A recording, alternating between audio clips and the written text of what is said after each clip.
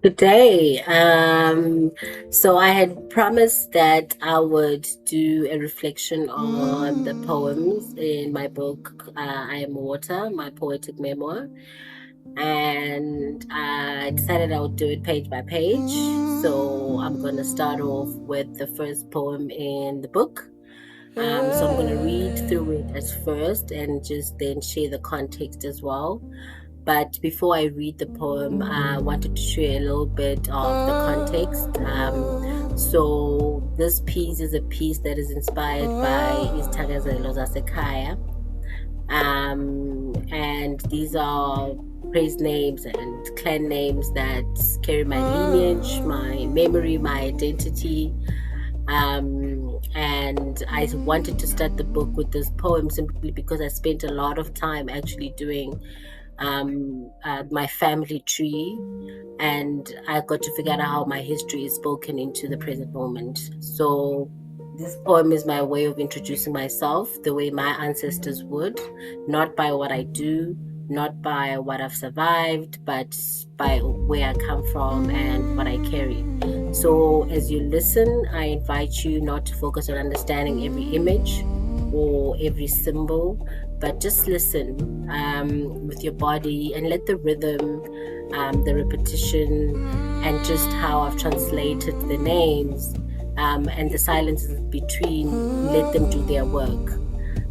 So this poem is about my origin from my maternal side. It is about remembering. It's about standing in my full name before the world asked me to explain who I am.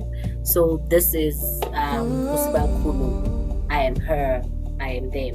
A poem inspired by Isithakazelo Zasekhaya.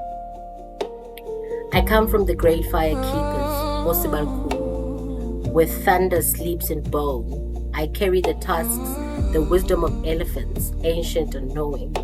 I walk with the calm before storms, the ones whose fire does not wait for permission. Behold a warrior's cry, the cry from the mountain, whose spears do not falter, a cry sharp enough to split sky.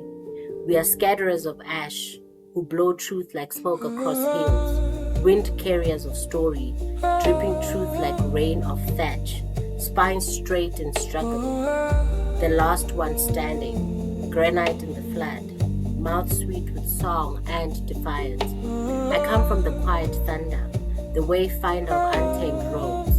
Ears open to this world and the next, a shadow walker, water carrier of truth, echo of ancestors, enough to shake the ground. Mighty tree with roots that cannot be dug out, the ancient tree that does not fall. I am the patient flame, breaker of chains who unravels what others bind, the one who gathers fragments from the house of thunder, the sacred ibis, unraveler of cords, brave enough to rebuild the ruins, the one who grew from concrete split by silence, who speaks against laws that do not serve the living, a final truth in the echo of a question. Who am I? The one whose memory is long, whose silence is thunder. I wear the names of those who do not flinch, whose roots dared to reach for rain. I speak truth where silence once lived. I am who I am. I am her. I am them. The beginning again. So that is the poem. And it was very important for me to be able to start the book with this poem. This is my maternal ancestry, one that I'm very proud to come from. And I think if you do the search in terms of Osibal Kulu or Dlamini, it's a very long lineage. It's one that's very well documented as well. So I was lucky enough to be able to find the information because the thing about oral African traditions, because they are orally transmitted, it makes it very difficult to be able to trace back stuff unless there is somebody there to actually take you through the history. So because my maternal side of my bloodline is very well documented, I was able to, piece that together properly. So because this poem it's not just the start of the book, it's where I had to begin. I opened the book with this poem simply because Ngingane Malume. So before anything else in my life happened, before the world started naming me through roles, through expectations, through trauma, or even successes, I was already named. So taking inspiration from Isithakazelo Sasekaya, it was not just about reciting the clan names, but I wanted to create a memory for myself where I spoke about the history that I know about out loud. So this is how I say to my ancestors, I understand where I come from and I understand what I carry. I understand that the great fire keepers, it's not just me trying to sound poetic, but it's me locating myself in my lineage. I'm saying this as a ground that I stand on. So for a long time, I felt the world was there to tell me who I am, and I was trying to figure it out as well through survival. But through Isithakazelo, I was able to remind myself of the history, the rich history that I come from, that started before I even had a language for it myself. So this poem is what I call the naming of my bones.